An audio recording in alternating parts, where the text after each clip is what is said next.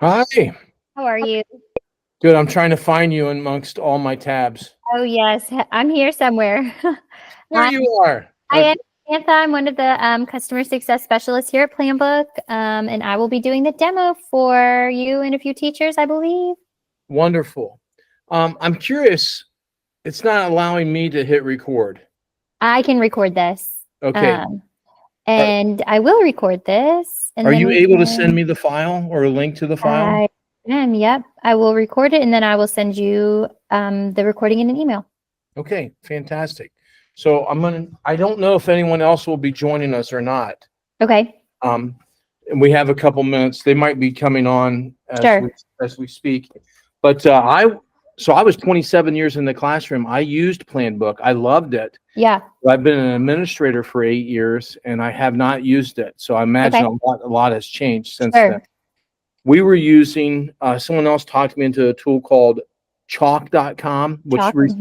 it got bought out by Power School. Power School. That's right. Yeah.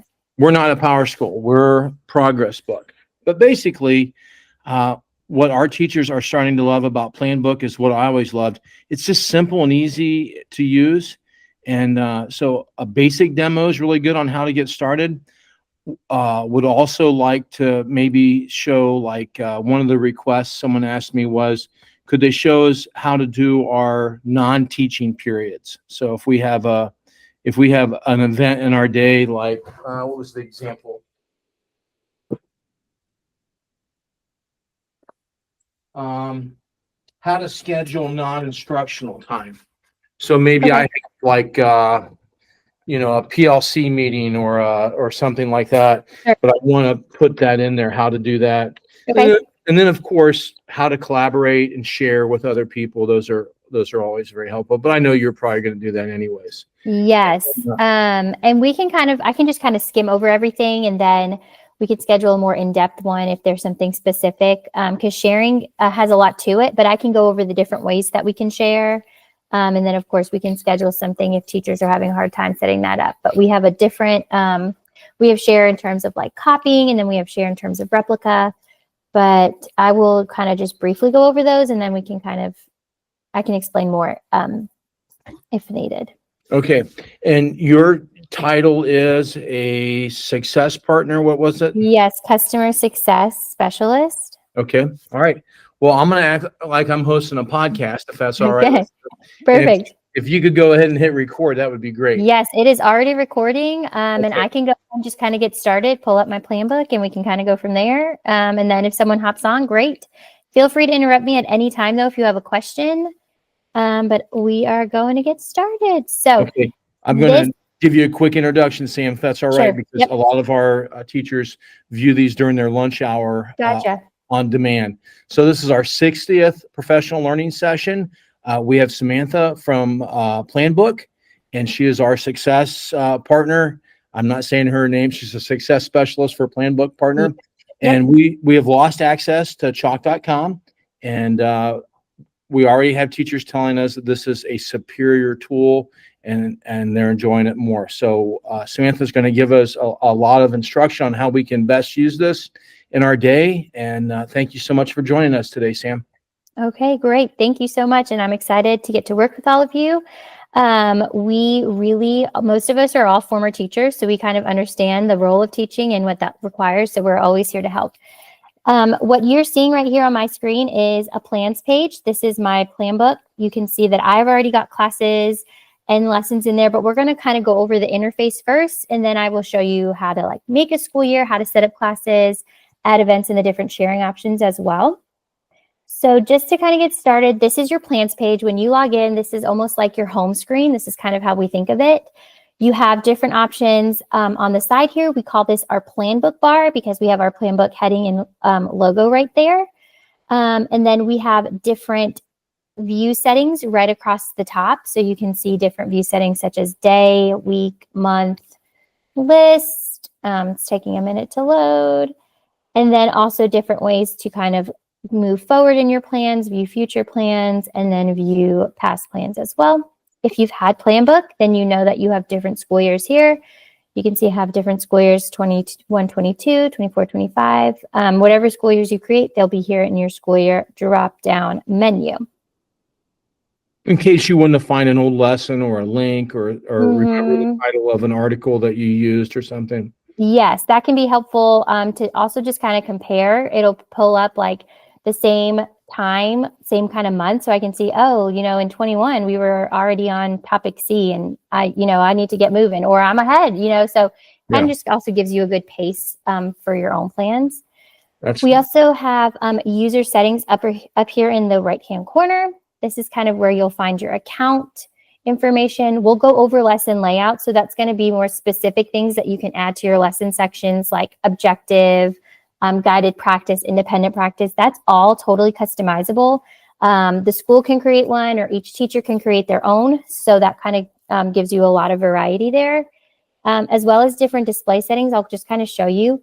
We do have a light mode, a dark mode. You can change font sizes and all of that. So there's a lot of things you can do there as well to kind of customize it to be the perfect display for you. So those are just some of the interface things that you'll see. So when we refer to the Planbook bar, that's the thing on the left here. Your display settings go across the top and then your user settings in the upper right-hand corner. To get started, the first thing you're going to want to do is create a school year. Again, an admin can create a school year that a teacher can adopt, or teachers can create their own school year.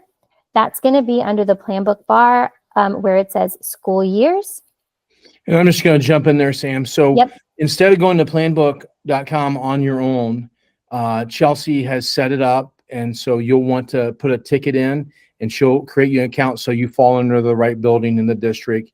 And she's got the school year set up for us and everything like that. So thank you. Okay, perfect. So if they've already got the school year created, then is she going to go ahead and put that in every teacher's account as well? Or do you want the teachers to do that themselves? Well, I don't know. Tell me. So typically an admin will create the school year, but a teacher will still have to go in and adopt that new school year because we want teachers obviously to have autonomy over their plans. So I'll go over how to adopt an admin created school year. Okay. So we'll still navigate to the school years here. When you select this plus button to add a year, you're going to see something like this up here. Of course, yours will look a little different because I'm not connected to your school, but it will say something like 24, 25, whatever the admin have named it.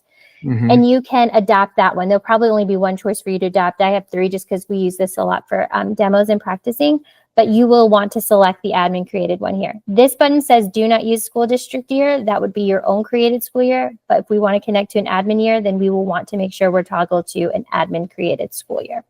So I'll go ahead and select this one. I won't be able to really change anything if I'm connecting to an admin school year. They'll already have the start and end dates for me, cycle schedule, or if it's a weekly schedule, all of those things will already kind of be in here. It is giving me an option to copy classes because I have had Planbook before. If you haven't had Planbook before, copying classes and lessons is not something that you will be able to do.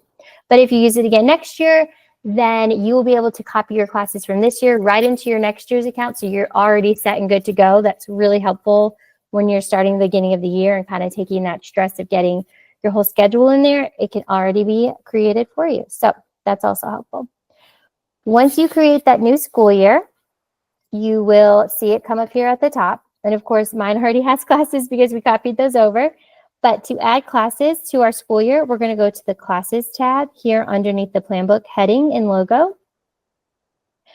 This is where you will add all your classes as well as schedule them. So we have different options when it comes to scheduling. So I'm going to go ahead and do a practice class. So I hit this plus add class button here. We do kind of try to make it intuitive. So like a plus sign obviously is adding something.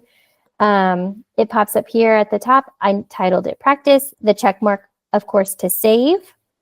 Once you have that class there, if it's not scheduled, it's going to appear at the top of your calendar here, and it lets you know those are non-scheduled classes.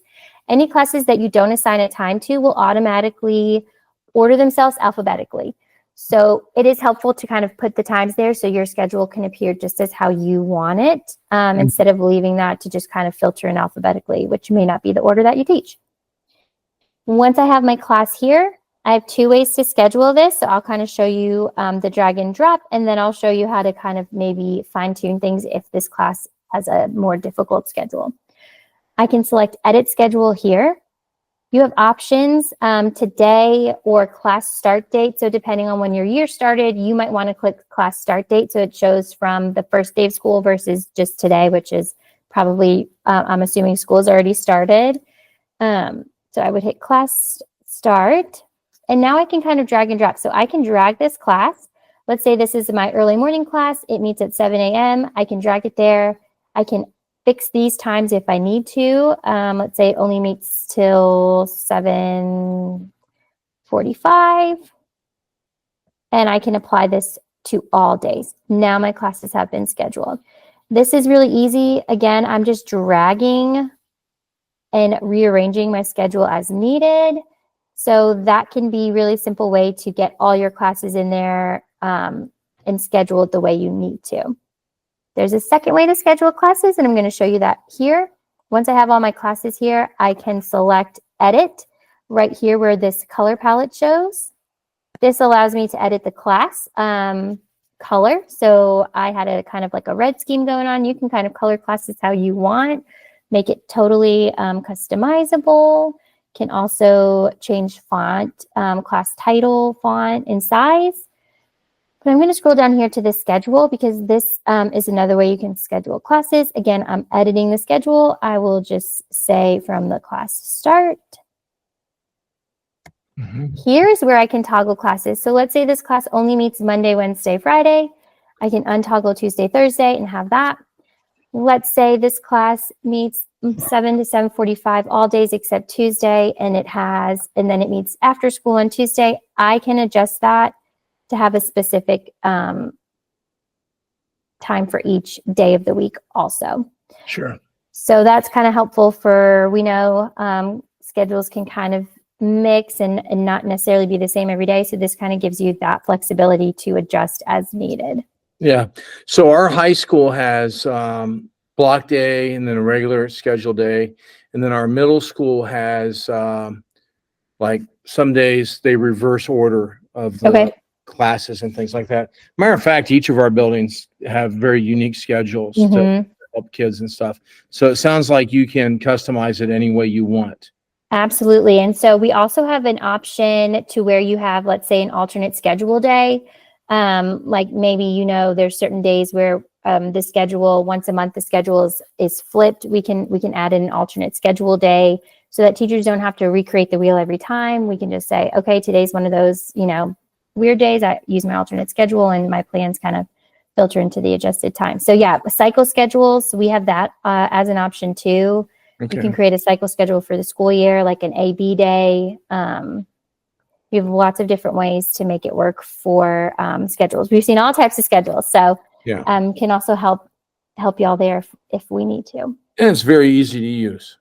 Very easy to use, yes. And of course, different ways to do it too. So if you prefer to drag and drop, awesome. If you prefer to kind of go in there and look at it for each day of the week, you can do that too. So very intuitive, very easy to use when it comes to scheduling classes.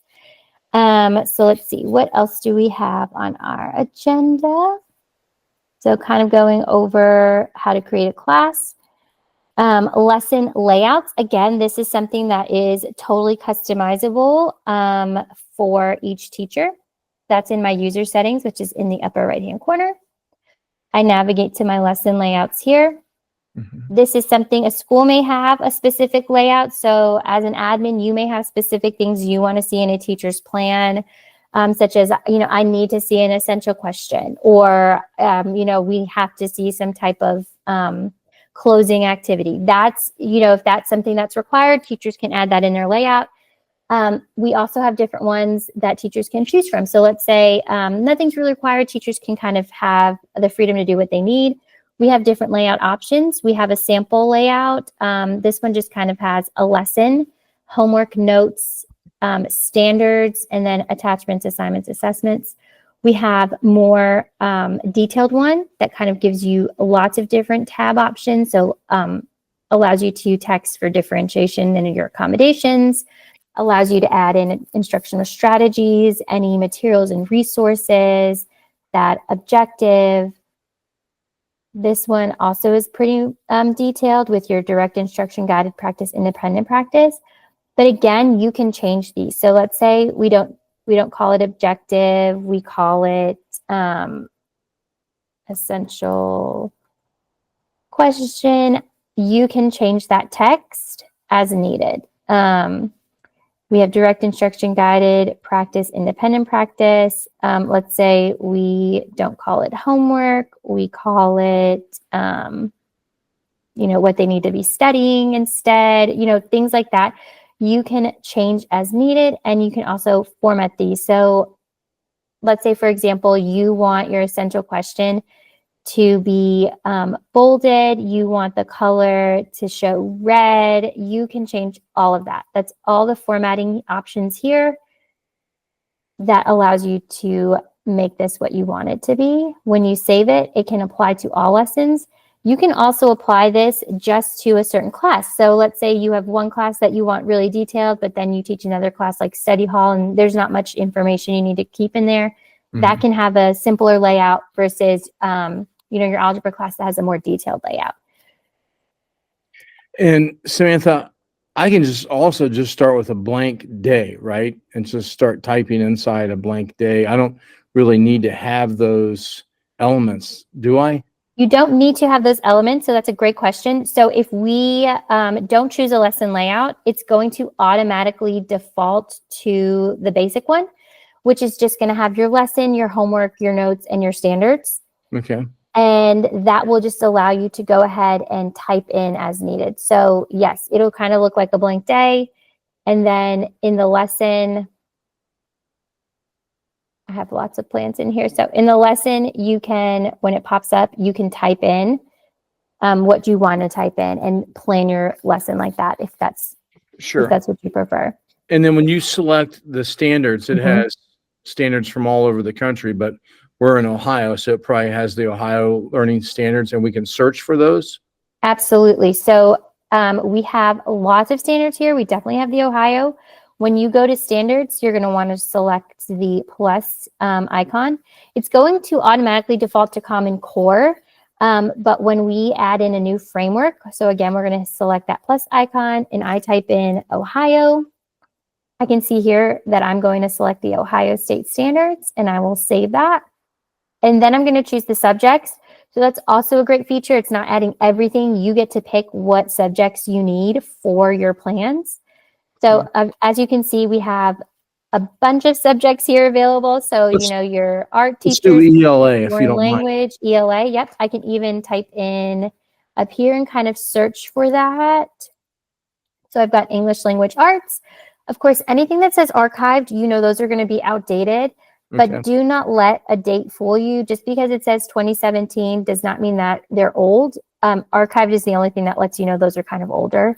Standards don't necessarily change every single year, but your 2017, even though it says that, those are going to be your most recent standards. And of course, you can change grade level as well as needed. So all of that will adjust according to what you pick. And then you can select the checkbox to save it to your lesson, and it automatically attaches. Okay. So it saves you time for your teaching instead of having to type out any of those standards. They also appear right there.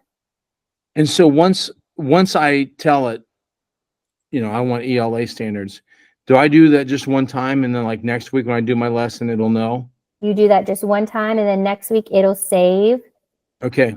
It will save whatever choices you made here will show. So like, for example, I just did English language arts under the Ohio, but if I went ahead and added my extended mathematics standards, those would be available for my drop down as well. Sure. So one of the things I liked when I was doing my lesson plans, I knew I was doing like a writing lesson on a certain day. And I knew some of the standards that I was going to focus on covering. But when I was doing my plans, I would just type in like the word writing, and it would find all the other standards. I'm like, well, of course we're doing that too. We're reinforcing that one, and it would add those to it. And then I could hide the view for when I wanted to teach, but when I wanted to share my plans with my administrator or another staff member, I could include all the standards that we were focused on. Could you kind of walk us through a couple of that hiding and showing? Yes, absolutely. So the way you search, when we add them in here, I can select writing, and then you can see all of these different writing standards available. So like you said, I can select all of them, but it can be a little bit much in your plans to see every day. So we Yeah. have lots of filter options up here. So my filter plans button is, again, in those view settings across the top, my 3 lines with my 3 dots. And here I can also kind of filter in on what I'm looking for. So let's say I was just focusing on my language arts and I don't want to worry about anything else right now. I can just filter that class to view. But Awesome. I also can filter out the standard description. I can keep that ID there so I know what numbers, but I don't have to see all the writing that's associated with it. And then again, if I just hover over it, you can see that it's showing me, it's kind of going into detail about those standards without needing to have the whole thing shown there. That's awesome. So it's a really, really cool way to kind of just hone in on what you want to see. But then, of course, you can, and your admin can also filter your plan. So you don't have to change that for the admin to see. They can kind of filter and choose what they want to see. From your end, you can kind of filter in everything, and teachers can filter out what they don't want to see. So allows for a lot of that freedom, I think, from the teacher's end. Yeah. I'm going to share a couple other, what I consider best practices, and maybe you can tell me how they've improved. Sure. So one, I had a coworker. We both taught the same grade and subject matter, and she would take care of the writing part. I would take care of the literature part, and we would work off of one lesson plans. We would each collaborate on that, and then we would share our plans with like a special education teacher. Sure. So they would know. And sometimes there'd be an absent student, and of course they always want to know, did you do anything while I was gone? And so I know there's different views. We didn't want them to see all of our notes and plans and things like that. Could you walk through collaborating with another teacher, sharing plans with teachers, and sharing plans with students or families? Great. Absolutely. Yes. So collaborating with a co-teacher or co-worker, we have different options for that. Our first option is just going to be called copying, where a teacher can copy plans from another teacher and they will be inside their account, and all edits made will be independent. So let's say teacher A is writing the math plans and teacher B copies. Whatever teacher B copies won't affect teacher A. So they can each have the plans but edit as needed. That's going to be in our sharing options down here in the user settings. So you can add permissions. I can add in my co-teacher's email. I can select the classes that I want to share with them, as well as what I want them to be able to do. View only means that they can just copy my plans in their account and view them. View edit means that they're allowed to edit them in their own account. So this is where teachers kind of get confused. It's not editing their own plans, but it's editing the plans that they've copied into their own account. So that's what we would do for copying. Discard changes here. When you go to your copy page, that's up here, and it's our 2 paper icon. You can see, I can see these are the teachers I have permissions to copy from. I can select their email. I can select the class, and now all the plans are here for me to copy into my own class. And it's as simple as, honestly, dragging and dropping if it's 1 or 2 lessons, or pressing the copy lessons button, and they can populate all in there after the date I've selected, and everything's copied over. So copying is a really great way if you kind of want, if one teacher's a lead planner and the other teacher just needs a copy of them but wants to edit as needed. We have another option called replica. And replica is a little more detailed. It's where 2 teachers are essentially, I think of it almost like a Google Doc, where when you type in something, I see it. When I type in something, you see it. Love it. And so this is kind of great, especially when, you have a co-teacher and you both want to see the plans and need to kind of make adjustments as needed. This is a great feature. So replica can be set up again using the sharing options. That's in our class replica. A teacher would need to create their own teacher key. This is totally depends on the teacher. There's no specific key. It could be 1, 2, 3. It could be the school name, what have you. Okay. We do need to have one teacher as the mirror teacher and one teacher as the source teacher. And I know I'm like throwing a lot of things at you and a lot of words, No, it's good. but we can, of course, help as needed. So the source teacher, let's say, you know, I'm the source teacher. I would go to my classes page. I want to share my intervention class. If I'm the source teacher, then when I'm in my classes, and I know it's taking a minute to load.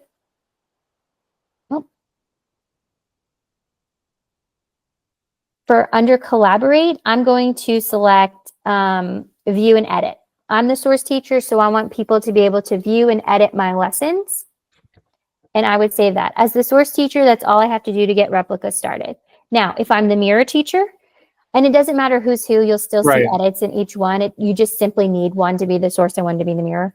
If I'm the mirror teacher, I take a different step. I would go to the classes page again, edit my class.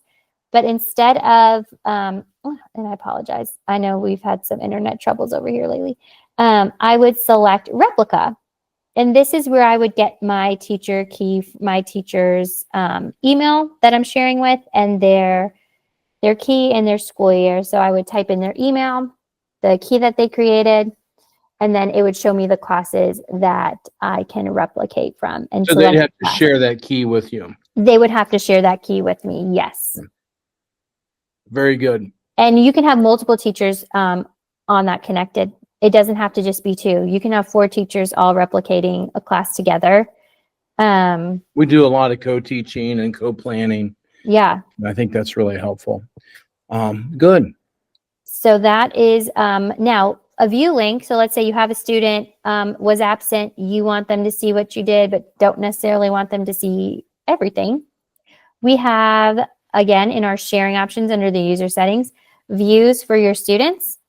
Okay. So you can pick the things I want them to see. I don't want them to see necessarily my notes, but I want them to be able to see the homework and the actual lesson and the assessments that we're doing. You can pick the specific classes. You can even pick the range. You can make it current. Like, I just want you to be able to see this one day, or I want you to be able to see everything from past week to future weeks, what have you. I think this also helps with parent communication. I know middle school is middle and high school is a little different, but you still may have parents that are wondering what's happening. And this is a great way to kind of share that out without having to create a whole nother, newsletter or source for the parent to know what's going on in your classroom. Right. When you make any changes here, you're going to select save. These links become downloadable and they go to your downloads. And then it's simply just a live link that you can share out. That link is good all year unless you make any changes. So you share it one time, and then when anyone clicks the link, it updates automatically. So no needing to share the link every week. Share it, post it on your website, and it's there. You're good to go. So I could copy that, put it in my Google Classroom or whatever. You can put it, yep. And then you don't have to worry about it. It's there when someone's absent. They know they can check that link and see your plans. Wonderful. I love it.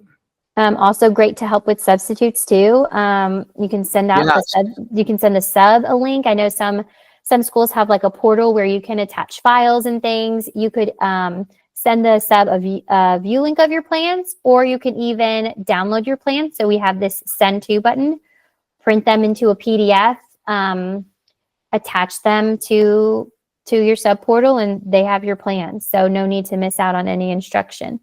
And no need to reinvent the wheel. Everything's there. Your schedule, they can have all of it ready to go. So I remember if there was a delay or if there was a school cancellation, you could bump it over to another day. And then I always over planned for the week.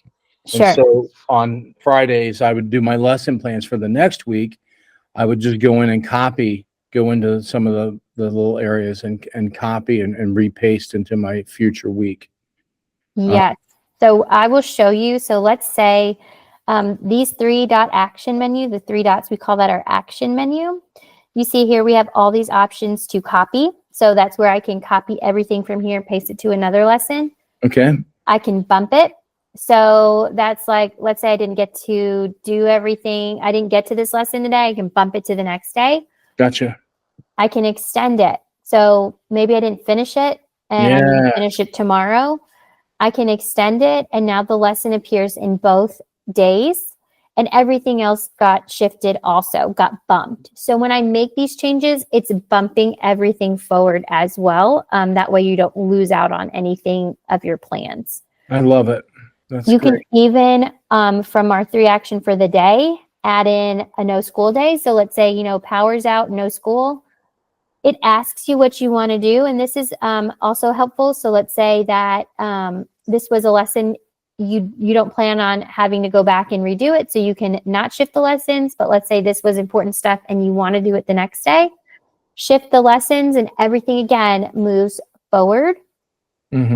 So that it accounts for that no school day. Awesome. And without losing any of your plans. And it really makes it simple, better than a paper planner where you're maybe like drawing an arrow or like crossing out or whiting out. It's neat, it's clean, and everything kind of bumps forward with it. Yeah. I love that. That's very nice. And I guess quickly, because I don't want to keep you too long, there's so much in here though. One more thing we can go over is events. So this is where you can add in all of your events. You see here like winter break. We can add in when there's a PTA meeting, summer break, your spring break. We always suggest kind of adding in those events ahead of time. So that way your plans can kind of shift as needed. But again, if you don't add them in and you add them in afterwards, you always have that option to kind of shift your plans and keep your lessons.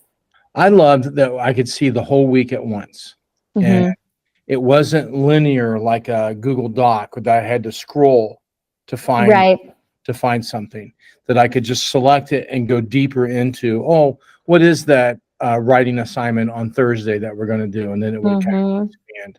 Yeah. And I mean, you can filter in that specific class. I mean, there's lots of different views that you can pick. Like this would just be the day. But yeah, that week view is really nice to kind of give you an overview. And then, of course, our filter options allowing you to plan and not be so overwhelmed with everything that you're seeing at once. That's wonderful. Samantha, I know we're almost out of time. I know there's an iPad app, there's an iPhone app. Are those just viewable, or can you work within those? You can work within them as well. Yep. So totally workable. Can sign in just like you normally would and plan on the go. Plan. Yeah. If you have an iPad at home, you left your computer at school, you can still do what you need to do and plan accordingly. So kind of really convenient to have that in all different formats. Okay. I think there was one more quick thing that I will go over briefly, and then that should be good to go. And of course, we are our customer success specialist, all a team of former teachers. So we're here through email or phone call from 8 to 4, and we get back to you pretty quickly. We have templates here, and templates are really great for repeated information. So you can kind of see my plans had some repeated things in there.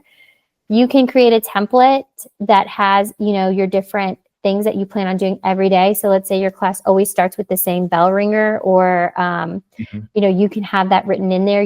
What you need students to do every day, and then you can kind of filter in the material. So really great, like if you have to pull a small group and you have specific names that you pull on Monday or Tuesday or Wednesday, you can filter that in so it appears every week, every day, without you having to go in and retype that information every time.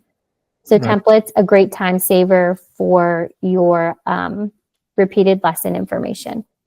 And I like, Samantha, when I would find some resource that was a link somewhere and I pasted it in, I didn't have to go looking for it again. It was in my plans. I could click it and it was a live link.